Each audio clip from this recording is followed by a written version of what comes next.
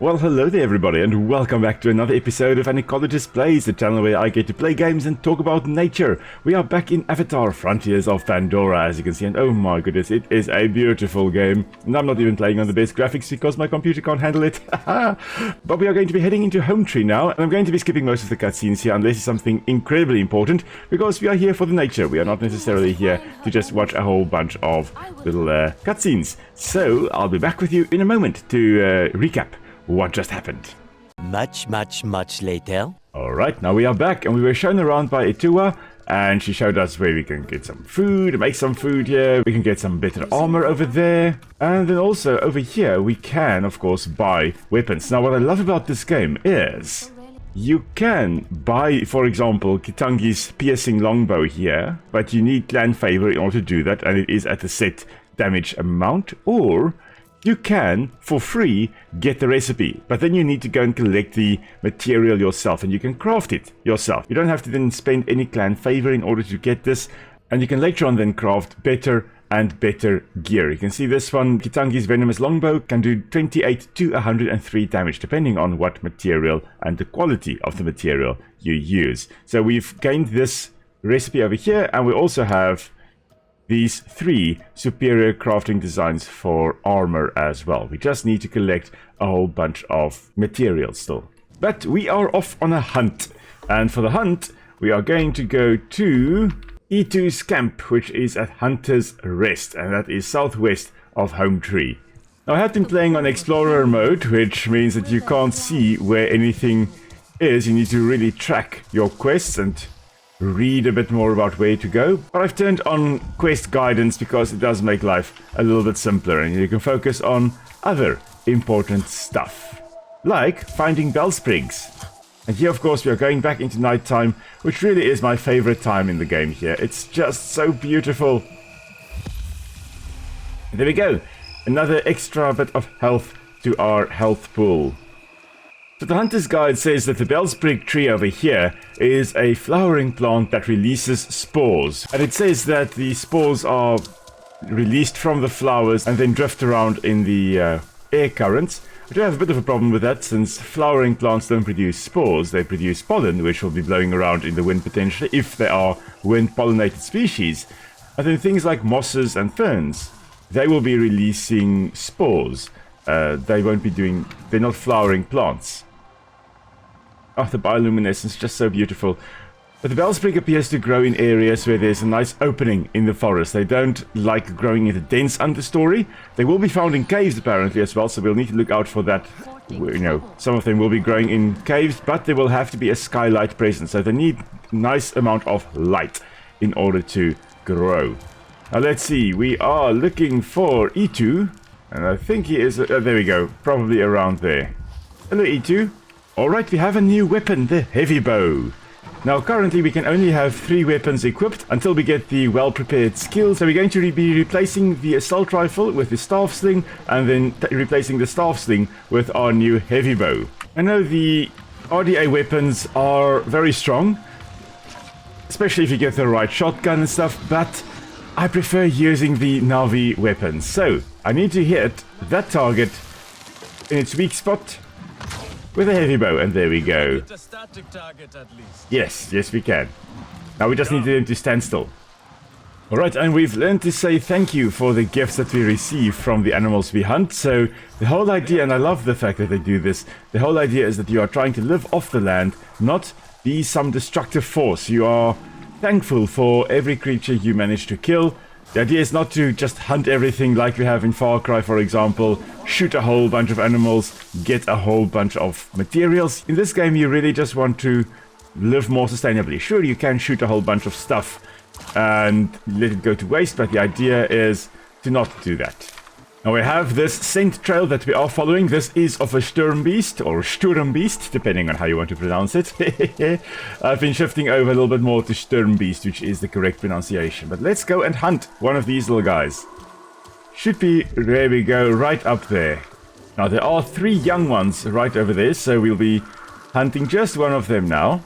There are, however, also some viper wolves in the area. So we'll just have to look out for those as well. Just be careful of those. Oh dear. There is a Stormglider. That creature is way above our level. That is a level 18 creature. We are running.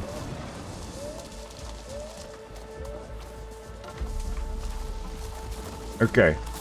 Checking our 6s here. Everything alright? Okay, so there is the weak spot right there. So let's just one-shot that one. And let's go have a look, shall we? Oh, these Helica Radiants. I love these little guys. Just popping up these tubes, basically. Such cool things. Okay. Let's say thank you to the Sturmbeest. Your spirit goes to Awa, and your body stays to become part of the people. Thank you for these gifts. Marvelous. We've obtained our first material from a hunt. So this is the creature we just hunted, the Sturmbeest, and this was a young one. However, notice the coloration here quite faded, not quite as bright as the mature individuals would be. And as they age, as they get older, the coloration does become a little bit brighter. And as they really mature, they become these magnificent creatures. I mean, look at this color. Now, apparently the males are bigger than the females, so typical sexual dimorphism there. And apparently these poor little guys, despite having quite big eyes in the front there, they have very poor eyesight. Instead, they rely on good hearing and a sense of smell to locate predators and to evade predators. Now, notice there, that is the weak spot. If we do that, you can kind of see there is some armor over there, all the way up there. You can see the bony plates on top, but you can also see that spherical there is its weak point. That is a direct link into the vitals of this creature. So whenever we're hunting Sturmbeest, we are trying to shoot it there. In fact, when we are hunting most animals, that is where we are targeting. Weird to think that they've got a horn on top and a horn at the bottom there. So they will be using this for fighting. Males at least will be using this for fighting. And you can see they also have quite a bit of protection in the front here. Nice bony plate in the front, trying to protect the brain, the little bit that it has. They don't have a big brain to body size, unfortunately. So they are not the smartest of creatures. The Hunter's Guide does say that they are slow to react and slow to stop reacting. So they'll be fighting one another using these horns. They need some protection to absorb the blows as well. A lot of creatures that will be using their horns to fight things like bighorn sheep, things like buffalo, bison, those types of things will have armor plating to some extent to protect the brain, to absorb some of the blows so that they don't damage their brains when they've used their horns to fight. Oh, magnificent, magnificent creature. And for the Na'vi, extremely important, since this is an incredible source of food for them. But typical herd creatures, when you see one, you are bound to see some more as well. And therein lies their defense. If there are only a few of them, but a predator or a bunch of predators pop up, then at least they will be able to run away, and the more you are in the group, the less the likelihood that you are going to be the one, the poor unfortunate soul that gets eaten. If, however, there are a lot of you, then you may actually be able to turn the tables on whatever is trying to hunt you, and you can stampede in the direction of the predator, for example. And also, when they do run away from predators, it seems these larger herds will break into smaller herds, meaning that the predators will have to focus their attention on one group, and all the other smaller groups will have a chance to escape. So it's a nice defense strategy. They're very reminiscent of bison or buffalo or wildebeest that we have on Earth as well. I do love the fact that all the animals in the game here are based on some creatures we have on Earth, or at least on a combination of creatures we have on Earth. I'm just going to put my weapon away while we are in the home tree over here. Ah, so gorgeous. I look forward to seeing what the other clans look like, because I mean, the whole aesthetic here of the Aranahe clan is all based on the fact that they are silk farmers and weavers. Okay, now that we have our Sturmbeest hide, we are going to be crafting something. We're going to be crafting an arm guard. Now, I think the game wants me to make the simple wristband. However, I'm going to make Koranu's sleeve because it is much better. Now, you can see here that we have the Sturmbeest hide right over here. We're going to be putting that in as the primary material, and then the scale bark as our secondary material. And we are going to get 34 health from it. The range for this is between 27 and 161 health, depending on what we put in here. And the material we put in here will also determine the characteristics of the armor that we are crafting. So we're getting 2% melee resistance from the fact that we are using scale bark instead of another bark, and we're getting our 1% range resistance from the Sturmbeest hide that we are using here. So if we used a different heavy hide and a different scale bark, we'd still get our 15% wildlife damage. That is from the actual armor piece we are crafting, but we are going to get different characteristics here based on what we are using. I love this mechanic, and of course, the better the material, because this is just fine material we are using. If we use superior or exquisite material, it's going to give us much more health, much closer to that 161 maximum health we can obtain from this craft. So let's craft it and see whether that is alright. Yes, that's fine. How you have mixed your colors with our own. We also have here the community basket, which is where you can basically dump everything you don't want anymore. And in turn you'll get clan favor, which you can spend at the merchants in the home tree here as well. Now they have got a special contribution they would like, and that is shelter fruit. So let's see, I don't have shelter fruit, but if we do manage to find it, we will be contributing that and we'll get a lot more clan favor from it. Also, it kind of feeds into a quest line as well. We're just going to get rid of some of the unnecessary stuff here as well. Our old armor, for example. The mods we won't be using. Some of the weaker materials, the ones not harvested under good conditions, because you can see here this lineberry fiber will give us 17 health if we use that in crafting of armor, whereas this one here will give 19. That's because it was either collected under the right conditions or in the right way, it was pristine condition, and so on and so on. So both are fine quality, but one is better than the other. So contributing it, we just get a little bit of clan favor, which we can spend whenever we choose to. Let's go to Catnut, and he should be right up the stairs here. Alright, here we go. Hello, Catnut. And goodbye, guys. Let's go to the top. So Catnut was not very impressed by the fact that we brought up the sky people. So yeah, he wants nothing to do with that. So we're going to go have a look at the top of the home tree. But first, we've got Kukulope over here, which is a trader of sorts. And with her, and this I also missed the first time around, you have challenges. You have a bunch of stuff you can do that counts for beads. So there's a daily one, and this will change every day. And then there are some weekly ones as well that you can do. Now, we're not going to be doing these now because they're too high level for us to go and do at the moment. So we'll come back to it at a later date. But do keep in mind that this is available. And then you can get beads, and those beads you can use to get cosmetic items. You can get Bladewing moth wings here, which you can use to upgrade your crafting materials to a higher rarity, which is awesome. So let's see here. These would be Kinglor moths, I believe, that are in this home tree. So the cutscene there, Tua does say that the Kinglor, which are these little moths over here, they do have a sting, and they will protect very fiercely that which is important to them. But unfortunately, this tree, this home tree, is the only place left for them. There aren't any, or I don't think there are, any more Kinglor nests out in the forest. And because there are so many of them congregating here, they are overutilizing this home tree that the Aranehe clan is living in. And of course, if the tree dies, then the last Kinglor will also die. So we'll need to do something to get them back out into the forest, so that they are spread out across the landscape instead of concentrated just in one spot. Now, of course, a lot of insects will congregate in large clusters like this, but very often what will happen is they will be nomadic. They will be in an area like this for a certain period of time and then move on. And that allows whatever they are feeding on to recover before they come back again. So this home tree would have been fed on for a bit of time, and then it would recover after this heavy feeding by these little guys. Because they're not just moths, they are caterpillars as well, and technically there should be a whole bunch of little caterpillars running around here. But we don't have any, but we also do have the cocoons, the chrysalis over here. And we're going to just harvest this one.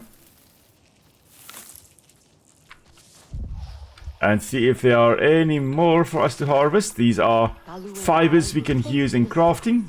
Okay, looks like that was the only one we could harvest, but we have it.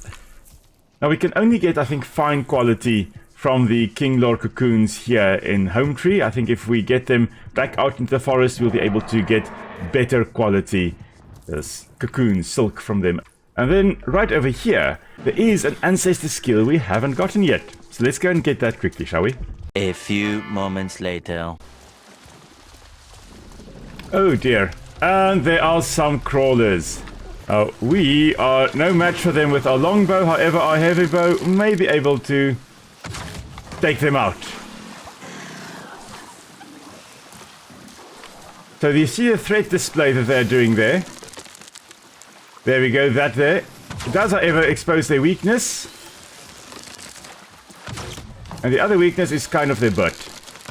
The rest of their body, almost invulnerable to fire. Okay, we have defended ourselves here against the Scarab Crawlers. Thank you for these gifts. Oh, yes. Can't believe we took out 3 of them. This is something I was terrified of when first I started playing. This one, unfortunately, shame. Took 3 arrows, including 2 to the butt, in order to actually pass away, or pass on. And again, it seems here the scientific name Durumtegus lacerta. Lacerta refers to lizard, and Durumtegus refers to hard back.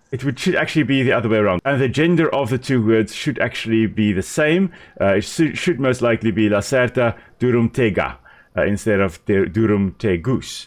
If it were Lacertus, it may have been Durumtegus, but I think it is actually slightly wrong there. But anyway, so let's look at this very, very interesting creature, the Scarab Crawler. And I mean, that display there is just amazing. So, reminiscent of a peacock's display, this, however, is not to attract a mate. That display is to actually intimidate either rivals or predators. So when we came in there, they most likely had a carcass somewhere, at least in theory, and they were defending it. They're mostly scavengers, but they will defend carcasses fiercely against anything trying to get to that carcass. And you can see there that threat display. This is of an adult. This is a juvenile, a little bit duller color, but still quite impressive. And then this individual is a mature individual, fully grown, in its prime, and it should give us quite vivid colors when it opens up its shell over there. So it's characterized by this shell. It's got a hard exoskeleton up there, but it also has this, oh, look at that, that's beautiful. It also has that, the looser shell at the top here, that it can also open up using tendons to actually intimidate predators or rivals or so. So the only weak spot it has is really along its throat there. If you can get into its spiracles, which, unlike the Sturmbeest, which has the opening on the side here, the spiracles are actually in the throat area here. And also, if it opens up its shell, there's a bit of a weak spot along there as well. So it's not as well protected against arrows, for example, under the shell. So we were waiting for it to open up its shell and to lift its throat, which it's not doing here, but it does when you're actually in-game, and then you can actually hit the throat area there. So this creature here, based on a variety of animals, I mean, the shell obviously reminiscent of a tortoise or turtle or terrapin, and then the fact that it can open up, reminiscent of a peacock's tail, of course. The teeth here, that I find very, very interesting. I mean, look at that. So, first of all, very, very reminiscent, at least the top there, of a rodent. Mole rat is the first thing I think of when I see those teeth there. But the bottom incisors, they're sliding past the top incisors, which is very interesting. Also able to move their teeth independently, very similar to solifuges or sun spiders or camel spiders or Romans, or depending on where you are. But they are carnassials, so they're sliding past one another in a scissor-like fashion to shear meat off carcasses. This is mostly a scavenger, but I'm pretty sure that they can also hunt quite well. If they can catch something unawares, or that whatever they are catching is actually slower than they are.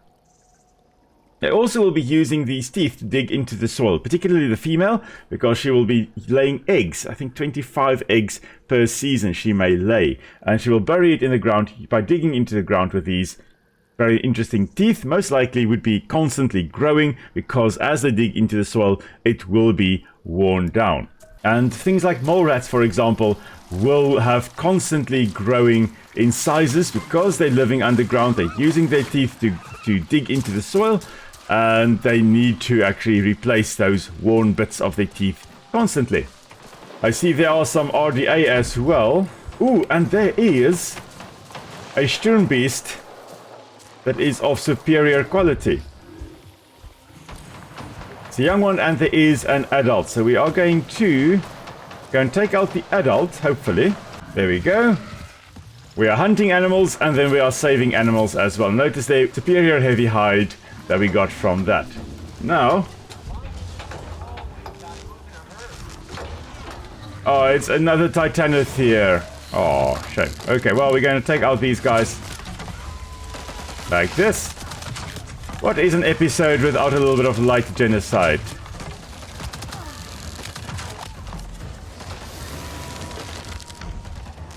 Just need to see where they are. There's one right over there somewhere. Hiding, of course. Come on, why are you hiding? No hiding, just dying. Don't worry, Titanothere. And this is a young one that they have trapped, and we're just going to release it into the world. Off you go, little one. Bye. Sheesh, look at that. Just charging through the vegetation. Such amazing creatures. I think those would have to be some of my favorite animals in the game here. Now that's interesting. We have the Sturmbeest and the Titanothere kind of grazing / browsing together. And very often you would have herbivores associating with one another like this. In the case of both of these animals, they actually have terrible eyesight. So this is not the best combination of herbivores to have together. Normally you will have things like zebras, which have amazing eyesight, and wildebeest, which have amazing hearing and sense of smell, occurring together, because each species' weakness is actually covered by the strength of the other species. So wildebeest, for example, great sense of hearing, great sense of smell, not very good eyesight. Zebras, on the other hand, great sense of eyesight, and I think poorer smell or hearing, one of the two, which is complemented by the wildebeest's presence. Okay, so we're just climbing these little floating islands to get to the top here, because there we go, another Taju plant. And this gives us the eject ability, which we can use to, well, once we have stunned an amp suit, we can go and punch them and rip out the pilot, making it an insta-kill, because the atmosphere here on Pandora is toxic to humans. So if we can just get them out of their protected suits, they will die. But with the Titanothere and the Sturmbeest together here, the blind is leading the blind, and the blind protecting the blind as well. Not the best of combinations. We do also have a few more of those little Scarab Crawlers running around over there. They're not threatening us, so we're just going to leave them. We're not going to go and hunt them now. Really amazing. I love all these little creatures they have in the game here. It's such an interesting combination. What was that? Like, that wasn't that far. I thought I was dying there for a moment. Anyway, really an amazing combination of creatures that they have used to come up with some of these beautiful creatures that we have in the game here. So today is my birthday, not the day that I'm recording this, but the day the video is coming out. And as a result, I'll be traveling around a bit, visiting family and so on. So I won't be able to record another episode and edit it in time. So this Friday's episode will be the mantis fight we had in Grounded, where we were only allowed to use the pebblet spears to take out the mantis. Next week, however, there will be 2 more Avatar episodes coming out, so join me again on the moon of Pandora when we are back then. And of course, as always, if you enjoyed the episode, do please give it a like, a comment below what you would like me to talk about next, and if you've got any questions, of course, drop it down into the comments as well. And until next time, everybody, stay safe. I hope you have a marvelous, marvelous holiday season. And I'll see you guys soon. Bye.